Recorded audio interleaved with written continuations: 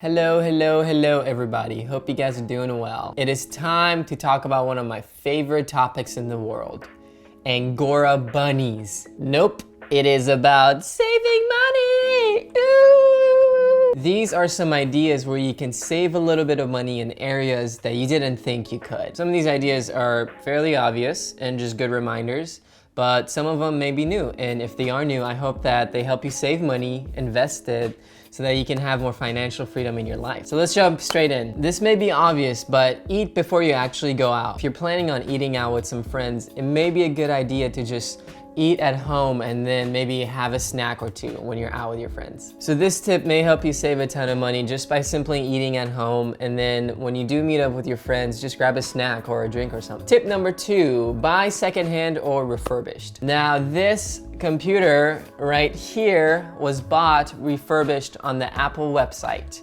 If you guys didn't know, Apple has a page on their website where you can buy some of their refurbished equipment. I will put a link below. It is not an affiliate link. God, Mika, stop putting affiliate links everywhere. So on the website, you can find a bunch of refurbished products where you can save a couple $100 on computers or iPhones and actually save a bunch of money. I've also purchased most of my camera gear refurbished. So like my Sony a7S II, my lenses, and some of my lights. I've been able to save a bunch of money doing this. Refurbished basically means that a customer bought a product where maybe they weren't happy with the product or there was a technical problem, so they send it back to the company. Company fixes it, does all the new parts, and then just puts it back in the market as a refurbished item. Tip number 3 is to meal prep. A lot of people, when they come home from work, sometimes they just feel super lazy and tired and they don't want to cook a meal. So guess what they do? You go out and eat cheap food, fast food, or do Uber Eats or something, and you actually spend up way more money than you could have just by cooking at home. Don't get me wrong, I personally enjoy cooking. I think it's super fun and actually therapeutic and also good learning experience.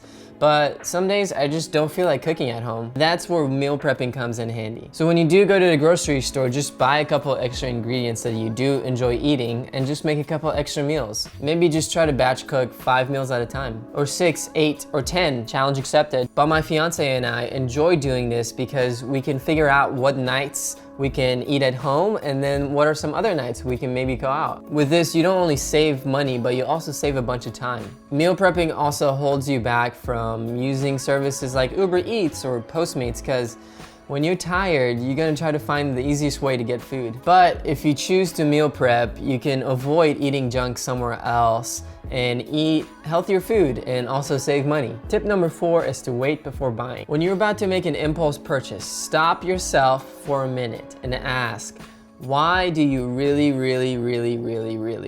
need this right now? Does this thing that you're about to buy add any value to your life? And this is especially for expensive items. I would recommend waiting 24 to 48 hours before you make that final decision. Also, you don't have to apply this method to every single purchase that you have, such as buying a cup of coffee or an angora bunny, but maybe things that are over $100 or $200. I hope this encourages you to get out of the impulse mindset and more into a relaxed and controlled mindset, to where every time you're about to make a purchase, you ask yourself, do I really need this? Are there other things you could be putting that money towards, such as saving and investing or giving it to someone in need? Those are really good questions to ask before you make that impulse purchase. Tip number 5 is to drive less. I'm not talking about drive less cars, but do less driving. All I'm basically trying to say is to not use your car as much. Are you having to spend a ton of money on gas every single week? With owning a car, you don't only have to pay for gas, but you have to pay for your insurance and for your oil changes and tire changes and a bunch of other unexpected repairs that come up over the years. From my experience, I think I saved about $20 a month last year just by deciding to work from home and not going to coffee shops or not going across the city to some other spot, but just staying at home and getting the work done. Tip number 6 is to buy in bulk. If there are things that you tend to spend a lot of money on, such as toilet paper, toothpaste, rice and beans, and angora bunnies, then it's best to just buy them in bulk because the cost per unit goes down. Tip number 7, declutter your stuff. Start digging around in your room, garage, or attic and get rid of a bunch of stuff that you haven't used in the past 2 years. A lot of times you're just holding on to items that are just getting devalued as time goes on, so it's just best to just sell it and get rid of it and save the money. And then once you save that money, invest it and make that money work for you. There's a billion websites where you can just sell your stuff, like Craigslist or Facebook Marketplace. And also local places like Buffalo Exchange, where I've taken a bunch of my old clothes and gone in cash for them. Tip number 8 is to bargain. I come from a third world country, so bargaining is literally woven into my DNA. When you're about to buy something, try not to pay the full price unless it's your only option. Nowadays, you can just look up the price of anything online and use that to make the best decision. If you're buying something on Craigslist or Facebook Marketplace, just try throwing a lower number and see how the seller responds. A lot of times if the seller is trying to get rid of the item quickly, they may just be prone to selling it at a lower price. Tip number 9 is to negotiate your bills. Now, this isn't something that you're able to do with every single bill, but I have been able to do this with my internet bill. Right now, at this moment, you can pick up the phone, call your service provider, and negotiate your bill. Just let them know that you're gonna cancel your plan unless they come down on their price. So recently, my internet bill skyrocketed by like 40 bucks a month, and I picked up the phone and called them and was like, hey, I'm gonna cancel this plan. I'm not about to pay a ton of money for my internet bill. And what ended up happening was that they ended up giving me a lower price and also giving me faster internet. This is crazy. It does work, guys. You should do it. Tip number 10 is to educate. Educate yourself by reading books, blogs, and watching videos and seeing what's worked for other people and what hasn't. What are some of those methods that you can incorporate into your life? Obviously, there's a billion ways to save a bunch of money, such as